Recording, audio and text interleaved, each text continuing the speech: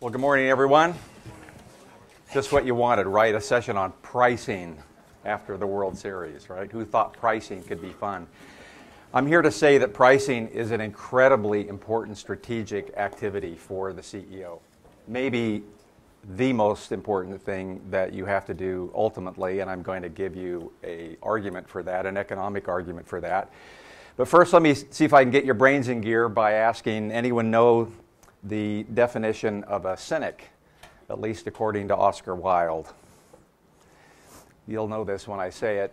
Oscar Wilde said, a cynic, in one of his plays, is a person who knows the cost of everything and the value of nothing. You know that quote. When I heard it recently, I thought, wow, I can think of an industry that applies to. That we're very good at knowing what our costs are. I submit that we haven't spent much time really studying and understanding what our value is. And I don't really need to spend much time outlining the problem and the challenge. I think you all know what our problem is. This is the work of my friend Michael Farmer, who's been studying agency profitability for the last 20 years. And you can see a pattern here since 1992 where actually the amount of money we charge for the same units of work keeps going down year after year. It's written about in his book, Madison Avenue Manslaughter. If you've not read this book, you should order your copy today. It's a great diagnosis of why we're in the situation we're in right now, and has a few interesting prescriptions. You know, I don't need to tell you, because you experience this every day, our clients are very well-trained, well-educated professional buyers, aren't they? Especially when we have procurement in the room. These people go to procurement workshops, they read procurement books, they go to pricing webinars, they belong to the Professional Pricing Society, I'm not making that up. They are very studious and serious about their job, aren't they? They walk into a room and they're pretty serious contenders. And then we walk in because we haven't really studied pricing like our clients have studied pricing, have we? Anyone here? Well, I won't ask for a raise of hands, but have you read a pricing book?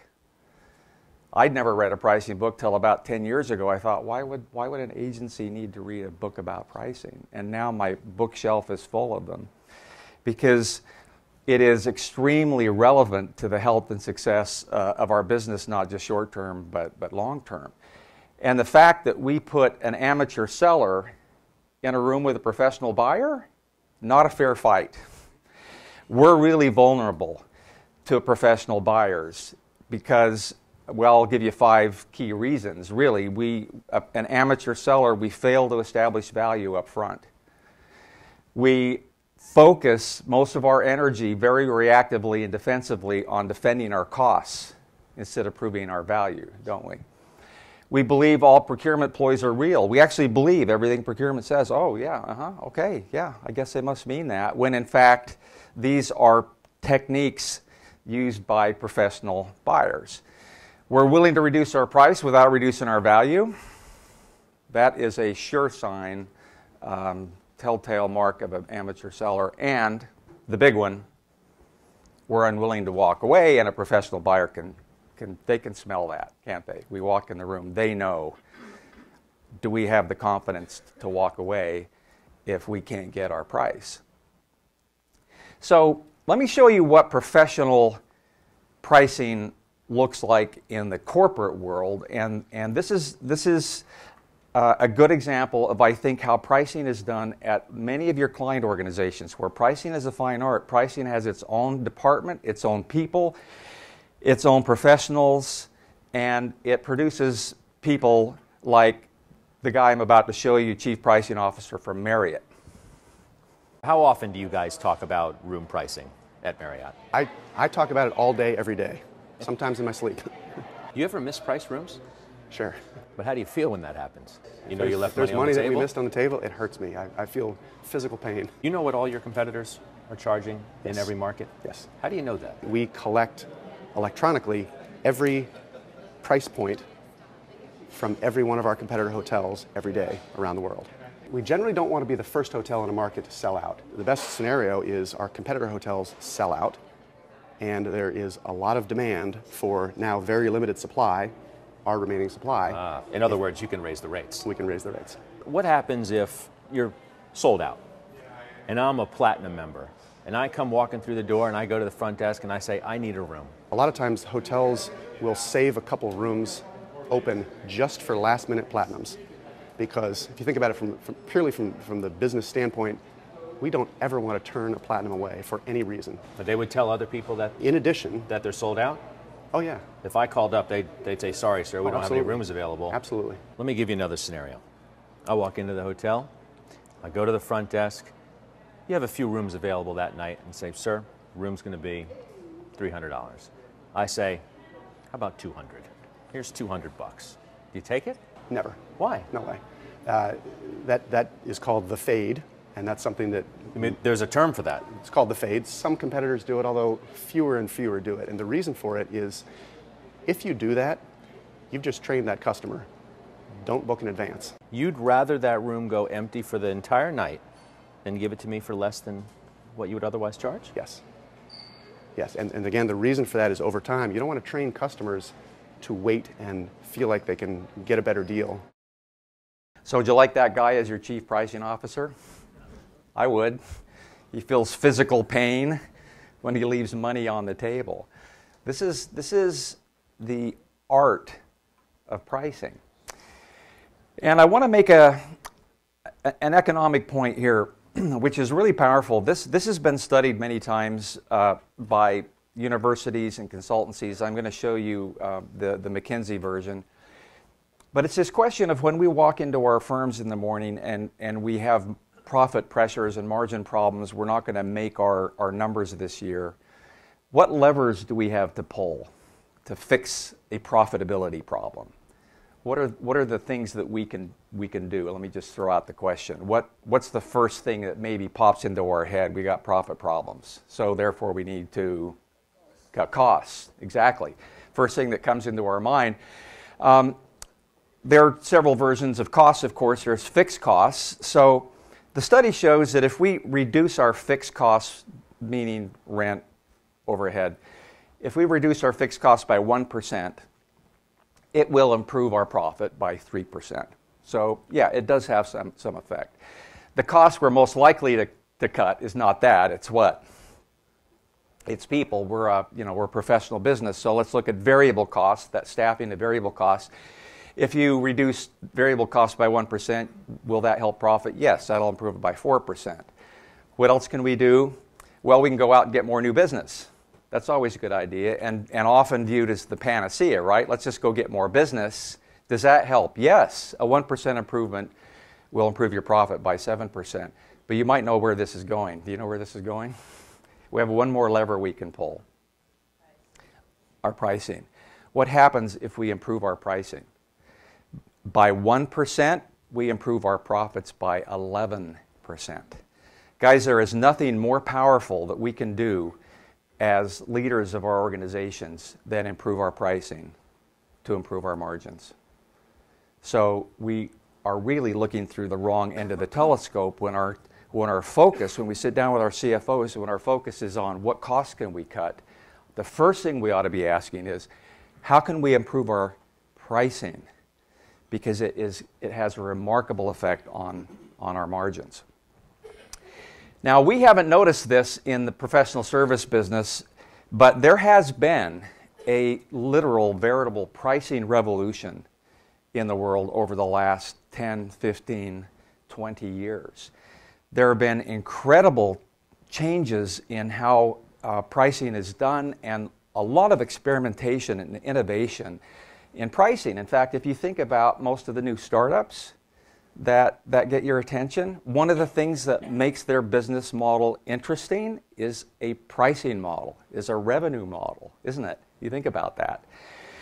So, as I say, this has kind of passed us by, but it's made its way into several books that some of which I would, all of which I would recommend for your reading list. Some have made the New York Times bestseller list, the book Priceless by William Poundstone. These are all arguments for how pricing is a strategic tool that's an essential part of your business model, not just something that you should relegate to finance or operations. Let's look at a couple examples here. So Disney, you might have noticed this. Disney this year introduced at their theme parks or amusement parks demand-based pricing. So a lot of you have been to Disneyland, I'm sure. You're used to walking in and there's a fixed price, I think depending on age. That's how it was priced for a long time. Now it's a digital reader board that is constantly changing. Prices are constantly changing based on what kind of factors would you think? Time of day, day of week, time of year, temperature, how crowded the park is.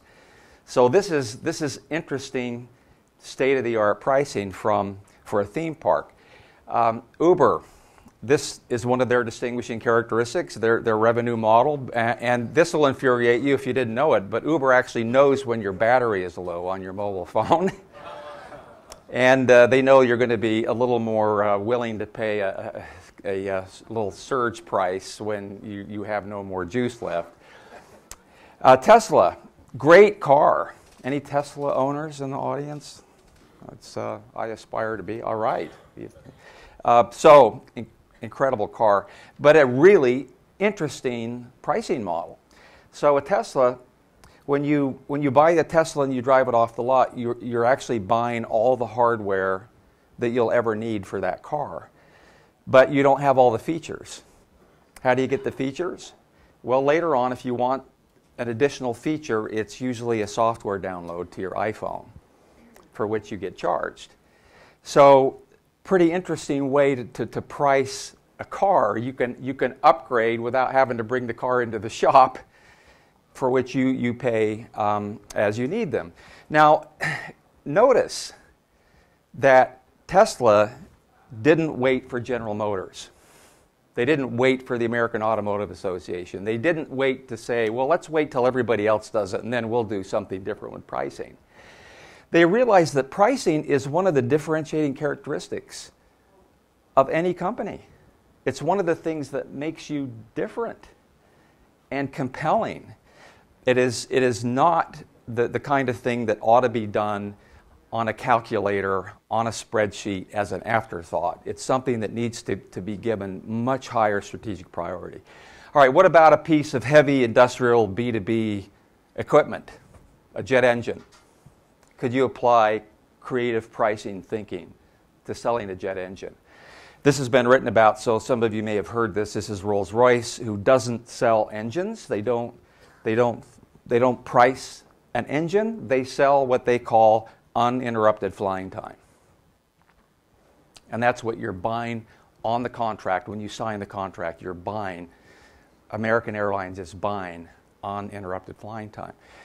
So you can apply creative thinking to a piece of heavy industrial equipment. Do you think we could do it for a professional service firm? Do you think we could do it for the creative services industry? I think we could.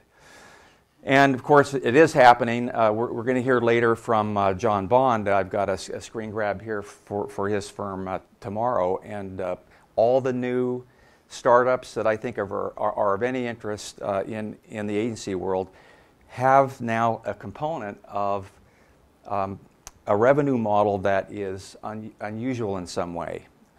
I was in London a few weeks ago and noticed this headline. A firm I haven't met, but who is pledging an ROI for every single client. You work with us, we will based on what you're trying to achieve, based on your KPIs, we will guarantee an ROI. So that's pretty interesting. So the pricing revolution has a lot of different ways that it's playing out. This is kind of a quick list that's coming up here on the screen. We've talked about dynamic pricing, freemium pricing. That's been incredibly powerful because of the expectation that the internet has created. Bundled pricing, razor and blades, options pricing, which I want to talk about briefly. You know, use now, buy later. I mean, you look at some of these and think, well, that's kind of crazy. How could that ever work for us? And in day-long workshops we do with agencies, we'll stop and do some thought experiments using all of these techniques and applying them to an actual client or new business situation to see, well, actually, some of these actually could work. And they inspire some thinking that takes us out of the box of just adding up our costs, adding up our FTEs, adding up our hours, and thinking that's a price. That's not a price. What is that? That's just a cost. That's just costing. We've learned costing, and we're experts at costing. Nobody's better at costing. But we've not learned pricing. Pricing is something completely different. So this revolution of pricing has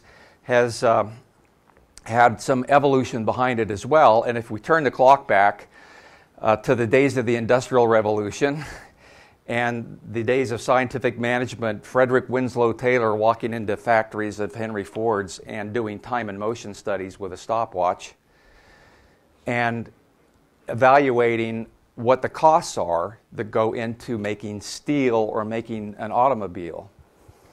That was the birth of cost plus pricing, where you take the cost, the actual cost of manufacturing the good, and you tack on a little profit margin. That's cost plus. Guys, that model is over 100 years old. Does it sound familiar? Now, most other businesses and industries have moved past cost plus pricing a long time ago. Your clients don't use cost plus pricing. None of your sophisticated clients do. They've at least moved on to competitor-based pricing, which is at least looking out in the marketplace where value is really created and saying, let's price based on at least what's happening in our competitive set, rather than just looking internally at our own costs. But the state of the art, and where most modern corporations are today, is in what I call customer-based pricing or solution-based, and here's the word value-based. So I used to do a lot of seminars and presentations that would have the title value-based pricing or value-based compensation in it. I've stopped using that term because I think it's misleading. I think it connotes, when you hear value, the word value-based, it connotes, I think, either you mean like the Walmart version of value, that kind of value, or you might think outcome-based, performance-based. And in fact, those, performance-based is a form of solution-based pricing, but it's not the only form. And so I think it's better to think of it as pricing based on what pricing really is, which is what is the value, the perceived value to the buyer.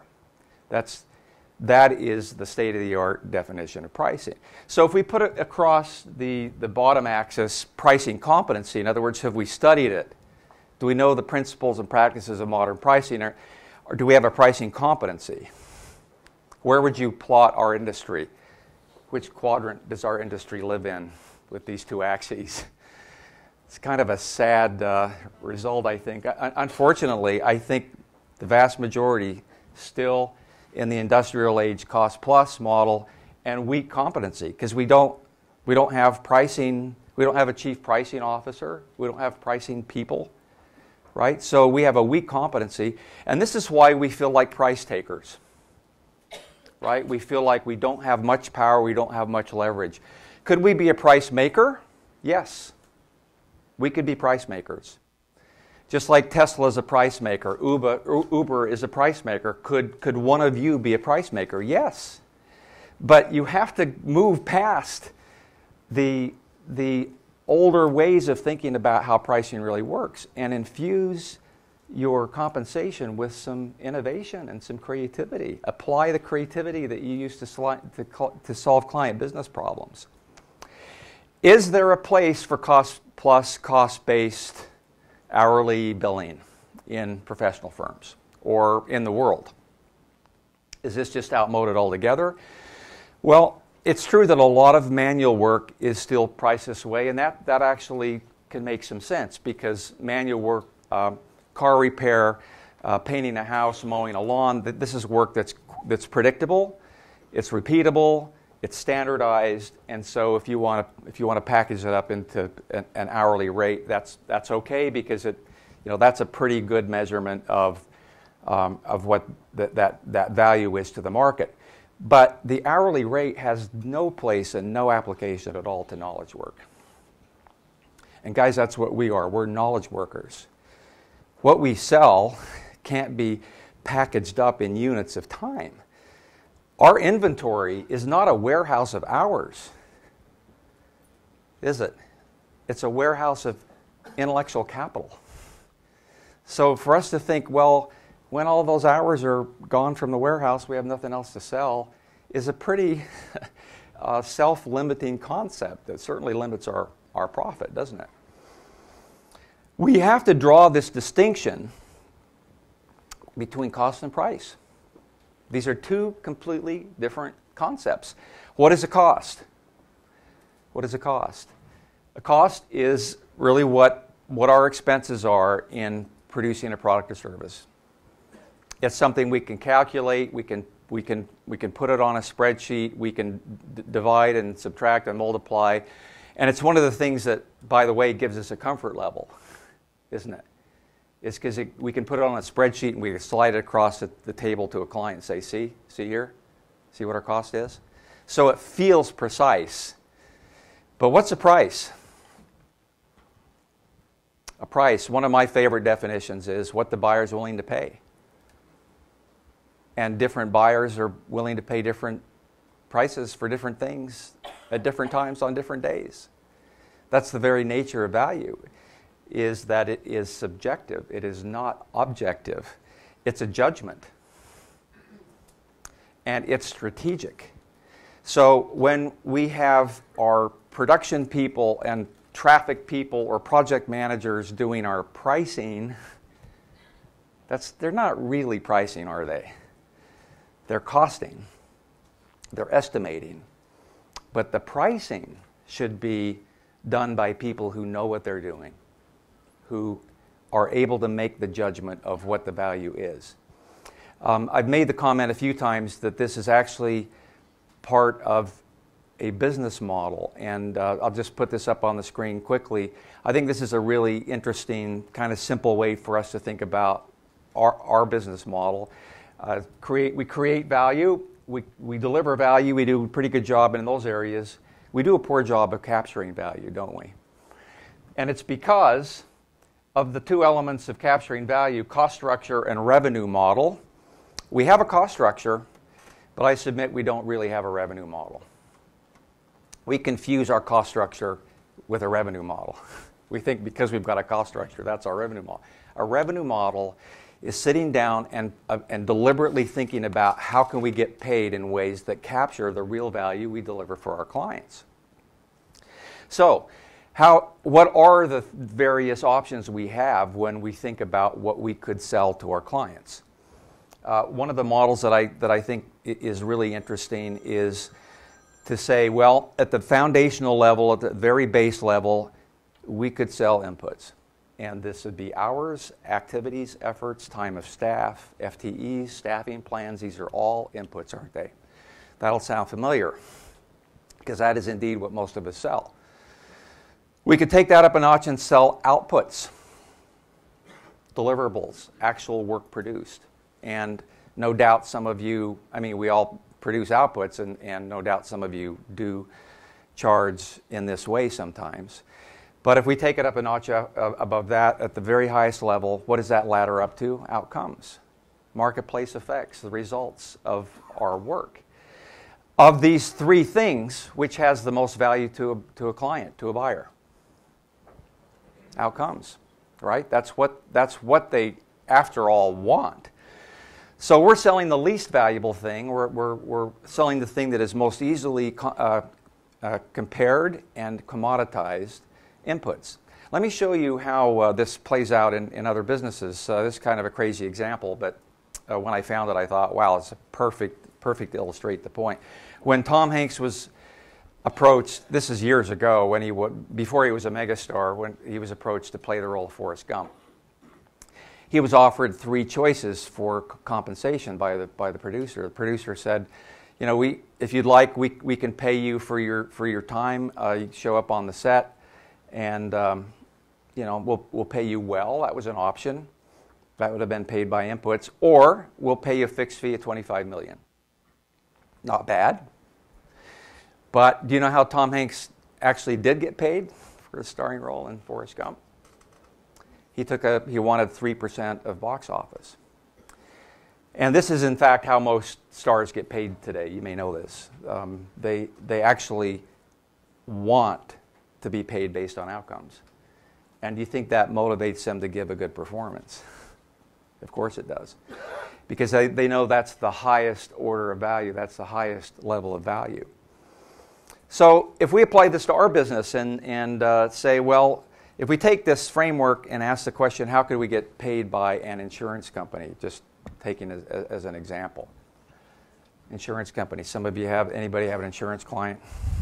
Well, yeah, I figured lots of hands would go up. So we could sell inputs, right? That's easy. Most of us probably do. We add up our hours, our staffing costs. We could make it a retainer and divide by 12, bill every month. What would it look like if we got paid based on outputs? So we take hours off the table, we quote a fixed price for a fixed set of deliverables with well-defined scope.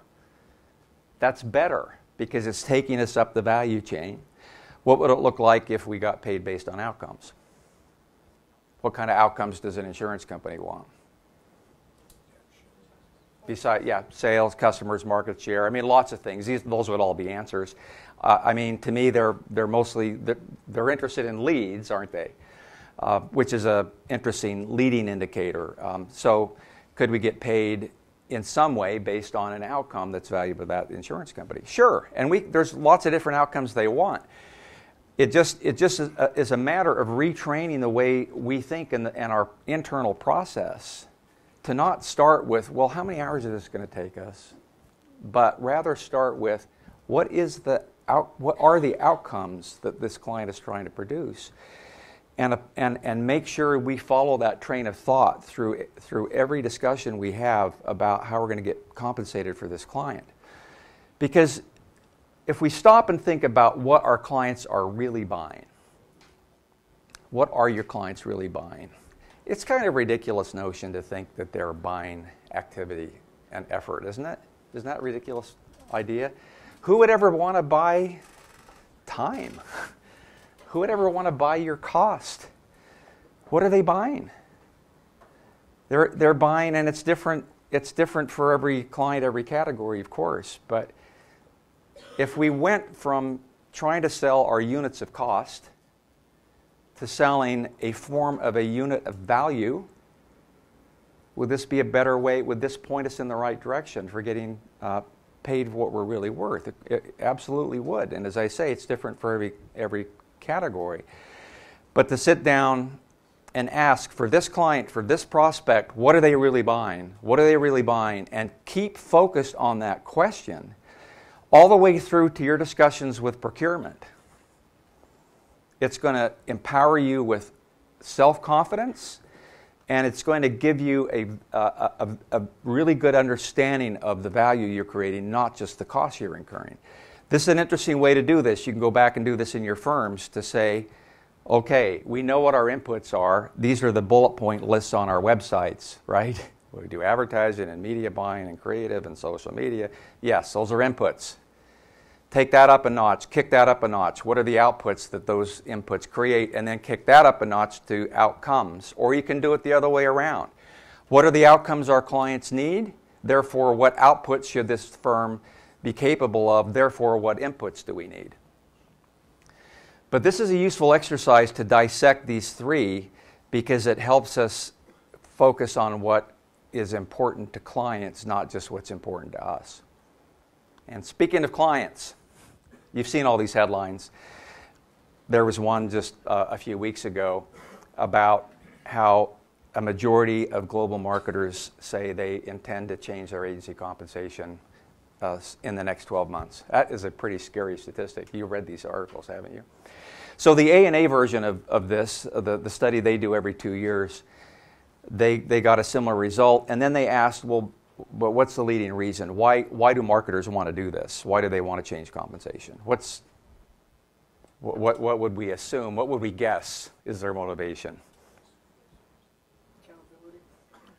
Okay, that's a good answer. He said accountability. I think in our cynical selves would say, well, they want to cut costs, right? They want to cut costs. And indeed, marketers do want to cut costs, no doubt.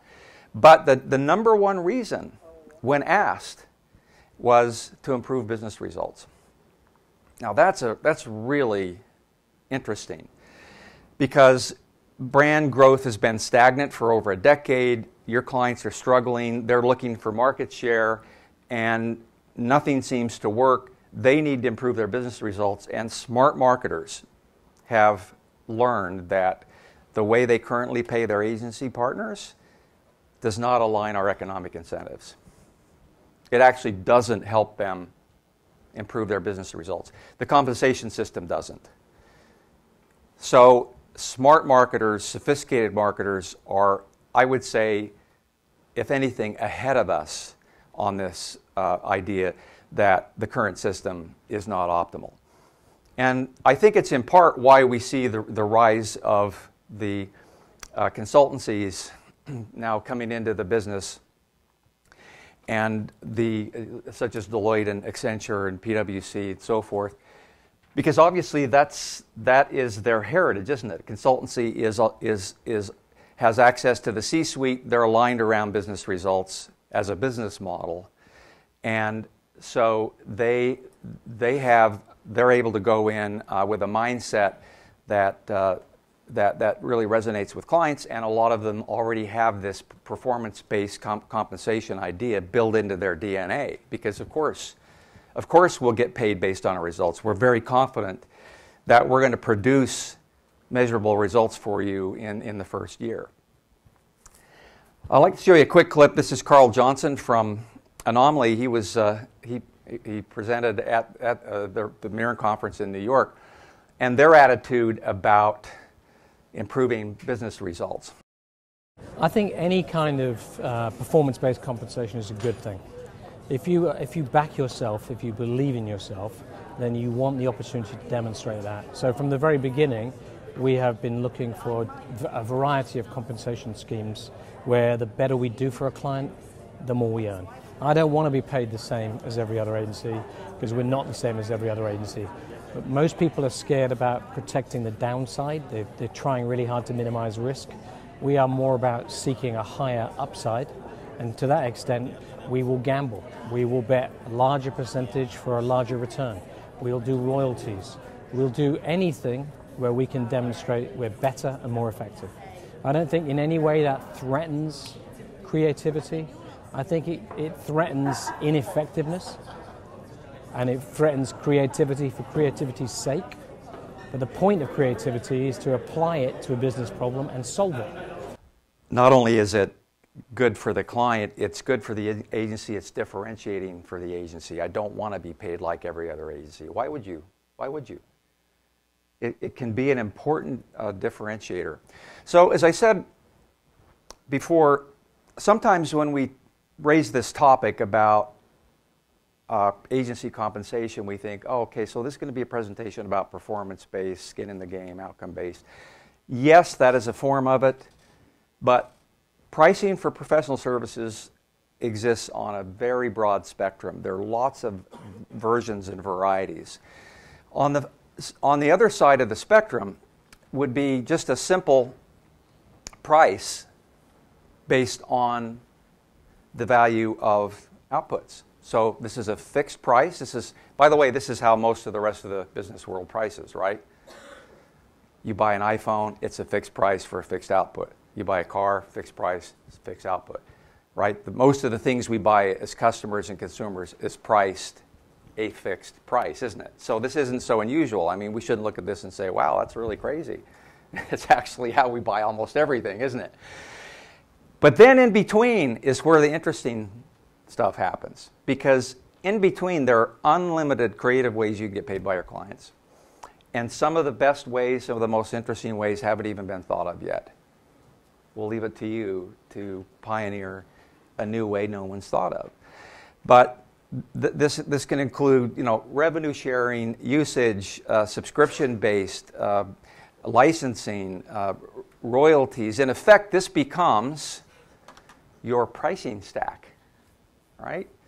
We're stack crazy now in marketing tech, and we've got technology stacks. Well, how about you say in your next RFP response, you know, one thing that you're asking for our list of hourly rates, we don't really have one because we don't believe we sell our effort.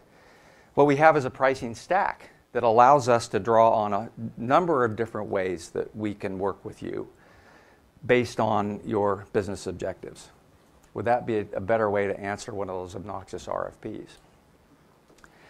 I want you to think for a minute about how you're saving for retirement.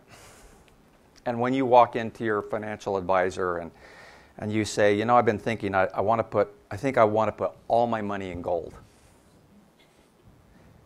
Might be brilliant some years, but what kind of advice are you going to get from your advisor? They're going to tell you to do what? Diversify, yeah.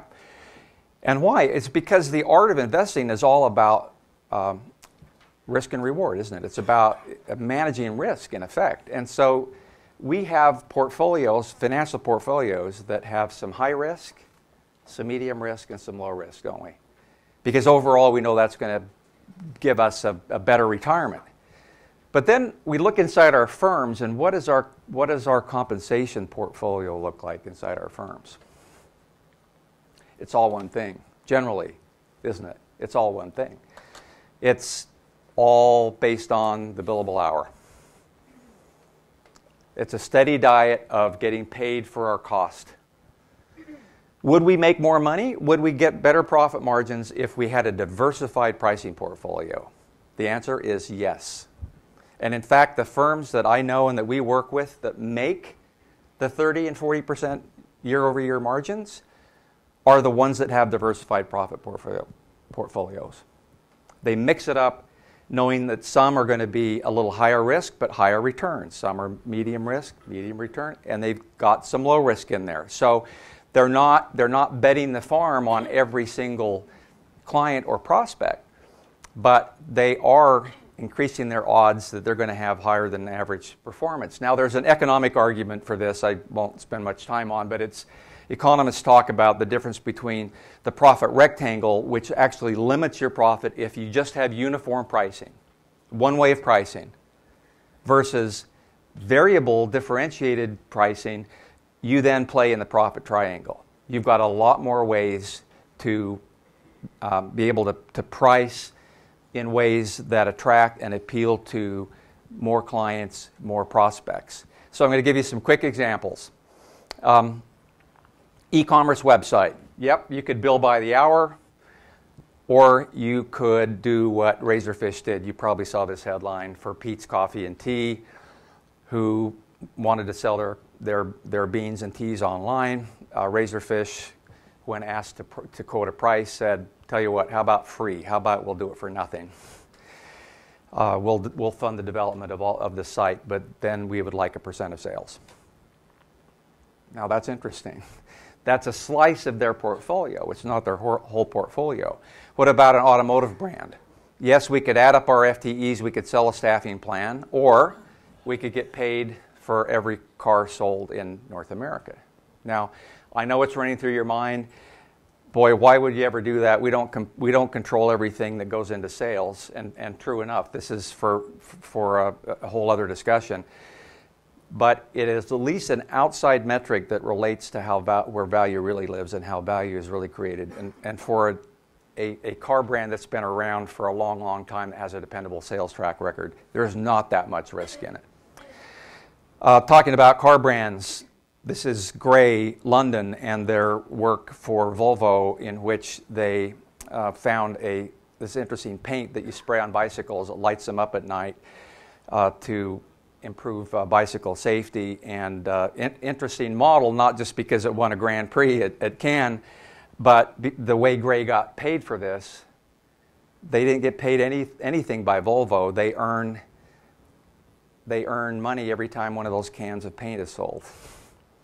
Now that's an interesting way to think about compensation, isn't it?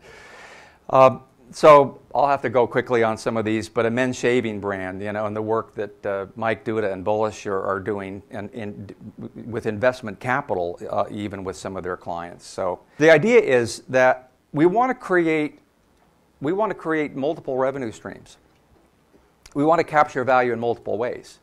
This increases our odds of success in quoting a successful price, and it also improves our margins. So we want to think creatively. I mean, we might have client A might have fixed price plus work for pricing for out of scope. Here's an outcome-based price for client B. That's just that. Client C is really mixed up. We've got a base fee plus a price per outcome, plus we have some joint IP ownership, plus some event-based equity, all for the same client. And that the portfolio philosophy applies even to a single client, much less your whole mix of clients. Okay, the other really big point that I want to make sure we talk about is the idea that we price in a way that is literally backwards from the rest of the business world. This is kind of a problem. We start with a product or service. This is what's the assignment? We walk around, talk to people that we think are going to be involved in it, add up their time. That's the cost. Then that becomes our price. And we hope that that has value to our customer. You see anything wrong with that sequence of events? Or the order in which it happens? Where's the customer? Customer is last. What's the first rule of marketing? We should know better. Here's how the rest of the business world, this has a term, it's called bottom-up costing. Here's how everybody else prices. Here's how your clients price. Here's how this, the car that you drive was priced. This is top-down pricing. This starts with the customer and asks the question, what's the value of this iPhone, this new iPhone years ago when Steve Jobs went through this process? What's the value to somebody like the people in this room? Well, then if the value is $400, let's price it at $400. Now, what's the cost? They call Foxconn in Taiwan, send them the blueprints. How much to build an iPhone? $49. Fantastic. Let's build it. You see how that's exactly backwards from how we price? And this is important in two respects. A, it is what professional pricing is, and B, it puts us in a completely different frame of mind to start with value first, cost second. Value first, then cost. If we do that, then we have a genuine feel for what our price can be and should be, because we'll be focused on the value. So here's an interesting concept, the smile curve. This actually came out of manufacturing. This is the work of economists, but this is the idea that we sell services that live on this curve, some of which are very high value to clients. So at the front tip of the smile curve are valuable services, insights, concepts, strategy, problem solving. These are things that clients recognize they really can't do that well for themselves internally. Then there's a dip in the curve. What's in the dip? These are things that are important and they must be done well: production, distribution, implementation, execution, but they don't have the same perceived value to clients, right? We heard yesterday about how consultancies are so aggressive at outsourcing, right? And what are they outsourcing? Right? Because this doesn't have, you can't just have this done in your office in Midtown Manhattan at the cost that you incur and expect your clients to be happy about it. Now, what's at the other end of the smile curve? It comes back up again. So this would be analytics, measurement, optimization, redeployment. Again, high value. Clients can't do this well for themselves. And so we've got two chances to provide services of high value. But what happens when we apply pricing to this curve? It turns into a frown, doesn't it? It turns into a frown. Because we underprice the high value work, sometimes give it away, very often give it away, and we overprice, at least in the client's mind, the lower value work. And this is the essential, in my opinion, this is our essential profit problem in a single slide. Because the lower value work actually is, this is startling, about 80% of our revenues as an industry. I mean, this comprises a lot of our income, doesn't it? The production implementation is usually about 80% of our revenue, but we just can't make any money on it because it's under such tight competitive pressure. So what's the solution? What are agencies doing about it? What should you do about it? The worst possible thing you can do is to have a blended rate that blends these two different kinds of work. That's the worst idea we've ever had in our business.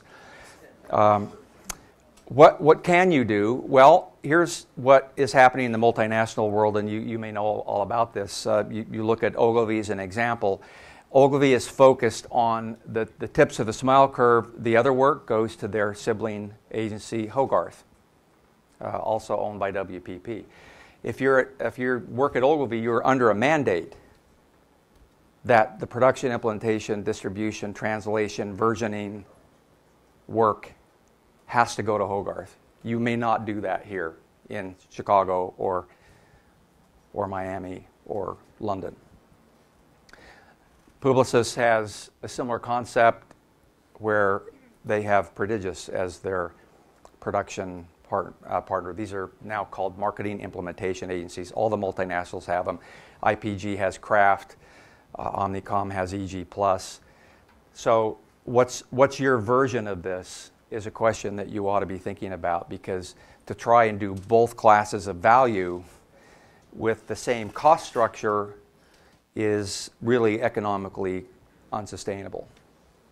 Now, here's an interesting way that this can play out in discussions with clients, compensation discussions with clients. And this is an actual example. This is from a San Francisco firm. You'd know them and their client if they're both highly visible. But they went in and said, look, there's really three levels of value that we're going to create for you. There's level one, which is the strategy ideation. There's level two, which is the client collaboration and the resource management, the people that are on the front lines handling your business. And the third is production, implementation, distribution. Here's how we propose to get paid. As our relationship progresses. In year one, we're going to quote you a fixed price for level one and a fixed price for level two and a unit price for level three, meaning, and this is being done a lot now, the production work being unit priced, meaning an actual menu of to the dollar, here's what we will charge to resize a banner ad, right? Just the client community is doing this, and they'll do it for you. If you don't do it for yourselves, they'll hand you, by the way, here's what we will pay to the dollar for production services. Then they said in year two, we're gonna move to an outcome-based price on level two, and then on year three, we'd like to put even more skin in the game, because we'll have more experience with you. We'll know your business better. We'll have a better idea of your metrics and your KPIs. So this is the kind of creative thinking we can apply to pricing a prospect. All right. One other thing I actually do want to cover, because you can take this today and apply this principle this afternoon, and I promise you it will make a significant difference in your pricing success. And this is the principle of options. And the economic principle here is that there is no such thing as absolute value. This is why there's always choice when we buy a product or service. You walk into Starbucks, choice, small, medium, large. We have a hard time as buyers judging the value of something unless we have some context. If you're buying in a category you've never bought before, and you have nothing to compare it to, you need context. And this is why when you go to get your car washed, and you're ready to put in your credit card, what do you see? Well, do you want the silver wash? You want the gold? You want the platinum, right? They're giving you choices. You want the undercarriage? You want the wax? What do you see when you're about to sign up for a software service? Options. Always. Options. What features do you want and what features don't you want? The options help buyers decide not just what they want, but what they don't want. And options give your buyers context so that they can compare one against the other. The magic thing about options, and here's an agency example for a web development. So you can see here's option A, comprehensive redesign, option B, innovate and differentiate, option C, the total package. Little icons that go across the top with stars, some key metrics, why do this, and a fixed bid price. Very simple. The power of pricing, because we teach you should always, always, always present options. You should never quote a single price, ever, for anything. Not for a campaign, not for a project, not in an RFP. Always provide options. It's very powerful. Here's what happens. You show it to a client, put that across the table.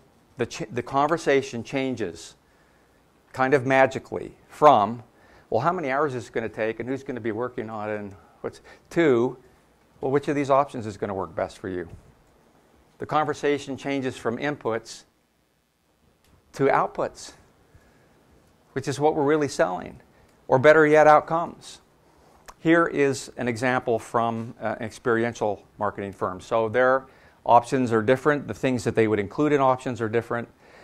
And for you, depending on your model, whether you're a social media agency or a pure play media agency or whatever your business model, you're going to have your own version of what options should include in terms of elements. But the point is, you want to at least put 3 out there. By the way, which choice gets picked most of the time? 67% of the time, middle option. You can almost bet on it. Which gets picked next? Yep, highest price gets picked next. Kind of counterintuitive, isn't it? They're not likely to pick the low price. Isn't that interesting? Because we think of our clients just being these penny pinchers. They're so cheap. Well, they're not going to pick the low price, not generally. Okay, quick instant poll. Whose job is it to change agency pricing? Going to give you 5 choices. Industry at large. All agencies must agree together. 2, advertising and marketing associations like the, I needed to revise this after I came back from London, like the 4As and the ANA. The marketers who hire agencies. 4, all the agencies you compete with. 5, each individual agency. What do you choose? We know the answer, don't we? But I can't tell you how many times I've heard, well, we can't really change our pricing because nobody else is, and as soon as the 4As makes it official, then we will, which would be collusion, by the way. Guys, innovation of all kinds, including pricing, does never happen from the top down. It always is bottom up. It's one firm at a time. You don't have to ask anybody's permission. You get to change your pricing. It's not your client's job to tell you how you should price. They will tell you, by the way, right? And they do. But that's because we allow it, we permit it, and we've got in this very strange role reversal where somehow we think they should be telling us how we should price. It's our job. It's the seller's job to change pricing. And the fact is, sellers routinely change pricing in markets of all kinds all the time. They re-educate us, and we're fine with it. Do you remember how you used to buy software? Shrink wrap box, price on it, CD, right? So the software industry has now retrained us how to buy software. Nope. You're going to buy it online. You're going to pay a subscription. You're going to be paying for the rest of your life for Adobe products. The airlines have re-educated us. You have to pay extra for baggage. You have to pay extra for legroom. You have to pay extra if you want some food, right? They've re-educated. We don't like it, but they've re-educated the entire market on how they want to sell their products. Even professional services, re-educating consumers. LegalZoom having an incredibly big impact in the legal industry. So, yes, we can change our pricing. You can change your pricing. It's up to the seller. Okay, just finishing up now. So, on the client side, they're likely to have, your big clients are likely to have certainly procurement professionals, maybe a CPO, a Chief Procurement Officer. And what's our version of that? Is it the CFO? Is the CFO our version, our counterpart, our counterweight to that? It's not the CFO, is it? CFO is in charge of costs and revenue and financial accounting and financial forecasting, all of which got to be done and done really well. But our version, our counterpoint, is what we call the Chief Pricing Officer, or at the very least, this concept of a pricing council. Because to professionalize pricing in our firms, we need to now formalize it, and because pricing is strategic, it needs to be centralized. Costing's tactical, that could be decentralized. A lot of people can be involved in costing, that's fine. Pricing, strategic, centralized by a small group of people who know it, know what they're doing. So this concept of a pricing council works really well inside professional services. We've seen it work inside law firms, accounting firms, and in multiple ad agencies with different business models, all the way from independents to multinationals. The pricing council has basic roles and responsibilities having to do with experimenting with different pricing approaches, diversifying our portfolio, developing tools that will help us, such as options, making sure that we're disintermediating the high value and the low value, creating new revenue streams through IP, which we haven't talked about much, but a lot of you have IP that you could package up and own and make some money from. So this is how to make pricing, this is how to activate pricing inside your firms, so that it's not just, well, these are interesting concepts, how would we ever do it? No, you can formalize it. You can make assignments with specific initiatives to your pricing council. Okay, in closing, when we go in to talk to clients about pricing, we start on the wrong end of it, don't we? We're in this bad habit of coming in armed with a good understanding of our cost. We've looked at that really well. And of course, that's exactly what procurement wants to talk about. They want to talk about our costs because that's the lowest common denominator. That gives them something that their job is to push us to talk about our costs. That's what professional buyers do. They've been trained to do that. But that's not our job. That's not what we should be talking about. We at least want to be talking about price, and of course the price bar is higher than the cost bar because that represents what? That's our profit. But I want to put a third bar up here, and it's going to be labeled what? Value. And this is an important economic concept. This is really what we should be talking about. The buyer will always talk about cost. That's their job. You go to a procurement seminar, you will hear instruction about always push the discussion down to the lowest common denominator. That's what they do. Our job's to do the exact opposite. We're going to go in and we're going to start talking about value. They're going to come back at cost. We're going to bring it back to value. They're going to try to bring us back to cost. We're going to bring it back to value. And the value bar is higher than the price bar. Why? This is what economists call the buyer's profit. The buyer should also earn a profit on the transaction, so that the value that they receive from us is higher than the price. We're creating more value than the price. And so this is the concept of win-win in an economic transaction, and to say to a client, we want a deal and a relationship with you where both of us earn a profit. Can we talk to you about that? Wow, interesting idea. Okay, I really am out of time. Thank you for letting me go over, and I really hope you'll explore pricing. There's a lot to learn here. It's a fun journey. So, thank you.